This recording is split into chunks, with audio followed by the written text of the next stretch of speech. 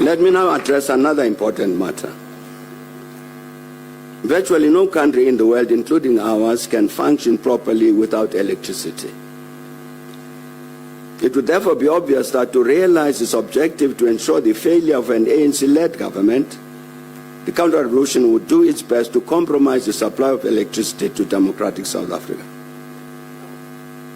There is a particular false narrative that has attended the electricity crisis which has affected our country for some years. And that narrative says that Eskom warned the government as early as 1998 that if no immediate steps were taken to build new generation capacity, the country would suffer from serious load shedding from 2007.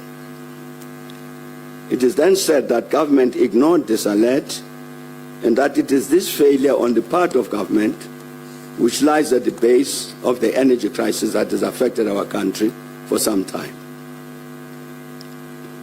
As I've said, this is a false proposition, advanced to hide the reality in terms of what has negatively affected the availability of electricity at various moments.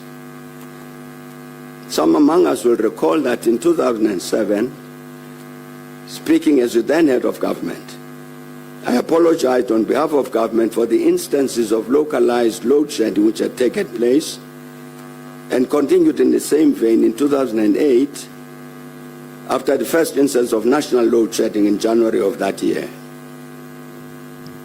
With regard to the latter, it was only 11 years later, in 2019, that we discovered that our apology had been misplaced. This was because the January 2008 national load shedding was completely unnecessary and had been deliberately engineered from within Eskom and had absolutely nothing to do with any failures on the part of government. In 2017, a special investigation unit and SIU submitted a report to then President Jacob Zuma entitled On the Investigation into the Affairs of Eskom Holdings SOC Limited. And among others, this SIU report said that Eskom's executive management and board of directors did not heed warnings from the employees of Eskom that Eskom was facing a potential shortage of coal by December 2007. The declaration of an emergency could thus have been avoided with the exercise of reasonable care. The board of directors did not respond to warnings that the coal stocks were reaching dangerously low levels prior to January 2008 and that the threat of load shedding was a strong possibility, unquote. In other words, the national load shedding of January 2008 took place because the managers of the power stations did not replenish coal, despite warnings from inside Eskom to do so.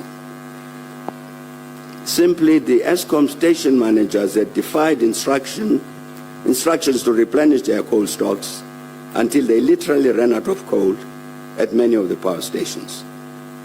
This was a deliberate attempt to compromise the supply of electricity. At the beginning of 2004, the government issued a directive that Eskom had to build new power stations, and two of these were Medupi and Kusile. And over the years, regular Eskom communications have reported that it started building Medupi in 2007, 3 years after the government directive. This report is incorrect and tries to hide some bitter truth. The reality is that Eskom started building Medupi much earlier than 2007. And the truth is that the company or companies commissioned to prepare the site for the building of the power station did not do its geotechnical work properly. The result is that when construction started, the building sank into the soil. Construction had to stop. What had been built had to be destroyed, and work had to start afresh to prepare the site for construction. At some point, Eskom appointed the law firm Dentons to carry out a forensic investigation of the company to help it overcome its challenges. And with regard to this matter of failure to prepare the building site properly, this is what Denton says, quote, "This led to changes in the foundations which caused significant cost increases and substantial delays of the order of 12 to 18 months. So the building of this new generating capacity was delayed by that period of time because of the wrong things that were done with regard to preparing the site for construction. Here was a deliberate attempt to delay the building of a new generating capacity. And during February 2023, last year, the then Eskom CEO, Mr. Andre de Ruyter, submitted an affidavit to the Pretoria High Court, the Gauteng High Court in Pretoria, and among others said correctly, quote, "In 2005, Eskom had not built a new power station for approximately 16 years. Eskom had significantly reduced its skills and capacity to execute mega construction projects, such as Kusile and Medupi. Strangely, however, instead of awarding 10 key contracts for the building of the new power stations, Medupi, Kusile, and Ingula, Eskom awarded 34 contract passages at Medupi, 46 contract packages at Kusile, and 27 such packages at Ingula. And here is what Denton said about this, I quote, "A decision was made by Eskom to execute the Medupi-Kusile projects on a multi-contract basis rather than structuring the projects on the basis of a minimum number of large contracts. This meant that the responsibility and risk of integrating and managing the overall project implementation was with Eskom. This decision, coupled with the shortage of the appropriate skills in Eskom to manage such a large complex project, contributed greatly to the new build projects being over budget and behind schedule," unquote. It was surely not difficult to foresee this negative outcome when, as Denton's put it, Eskom decided to execute the Medupi-Kusile projects on a multi-contract basis.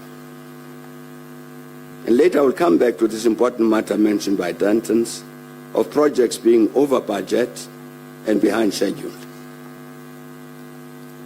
If we discount the deliberately engineered 2008 national load shedding, the first national load shedding took place late in 2014 and persisted until August 2015, largely oscillating between stages 1 and 2. This means that there was no load shedding for at least 6 years after the 2008 incident. The question is, what happened to end this happy situation? Once again, Denton answers this question, saying that Eskom had been underspending on capital expenditure to maintain its generating equipment since 1999 to 2000. And that during the same period, Eskom had deprioritized maintenance. That Eskom paid no attention to the fact that generation plant of similar age in other parts of the world was very significantly outpacing its own, demonstrating that it was not age which caused the underperformance of the Eskom plant, but the manner in which the generating plant had been operated, maintained, and refurbished. That was Denton's. And the Eskom engineers knew very well that failure to do the right thing about the maintenance and refurbishment of the generating plant would result in power failure. The practical result is that this failure contributed directly to the counter-revolutionary objective to compromise the supply of electricity to our country. The construction of Medupi and Kusile started in 2007 and 2008, respectively. and both power stations were planned to be commissioned in 2014, 7 and 6 years later, respectively. Contrary to this, 2 years ago, only 2 years ago, Eskom expected that Medupi and Kusile would only be fully commissioned in 2023 and 2026, instead of 2014. The reality, therefore, is that if Eskom had kept to the 2014 time frame, we would never had the power crisis we have been experiencing. The question is, what accounts for the inordinate delay in commissioning the new power stations? And this is the last example I will cite about the practical instances which have contributed to our energy crisis. One of the first major contracts awarded by Eskom for the building of Medupi and Kusile was to the French multinational Alstom to supply the control and instrumentation C&I system, which is regarded as the brain of any power station. By December 2012, Alstom's C&I system, control and instrumentation system, had already failed the factory acceptance tests on the boiler protection system 3 times, a system that was critical to the commencement of the commission then of the first Unit 6 of Medupi. This led to further delays because the boiler protection system had to undergo substantial redesign.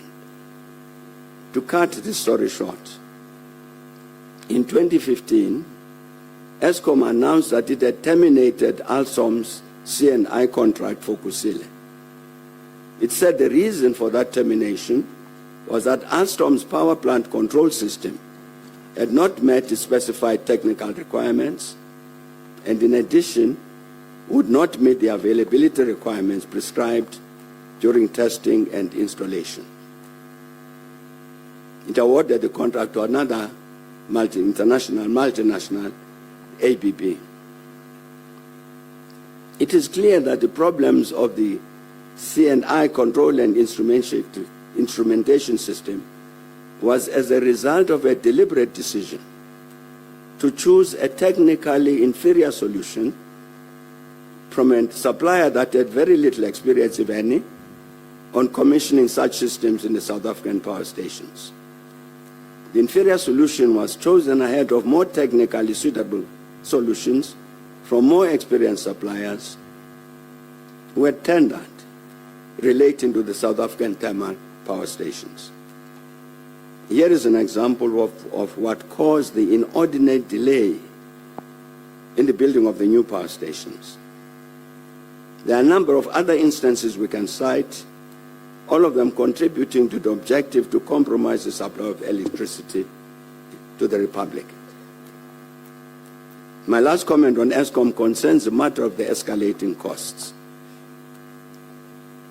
Medupi and Kusile had initial budgets of 79 billion and 81 billion, respectively. In 2020, the Eskom board approved budget revisions to complete the power stations, giving 145 billion for Medupi and 162 billion for Kusile. That's double the budgets. And earlier in 2019, my broadband had estimated that the final true costs would be for Medupi 234 billion instead of 79. And for Kusile would be 460 billion instead of 81. And such is a measure of the escalation of the cost of the new power stations, which Dantons wrote about. In addition, concerning the shenanigans at Eskom, we should not underestimate the similarly negative roles of sections of business and organized crime.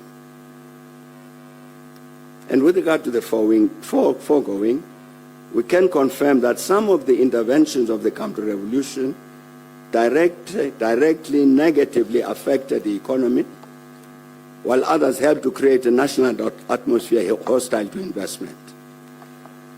The major business leader, Mr. Johan Rupert, reflected on this investment environment when he said in December 2018, and I quote, "We let President Mbeki down because he created a perfect scenario for business to invest. But you know what? I think we could not believe our luck. We should have invested more from the private sector during that period.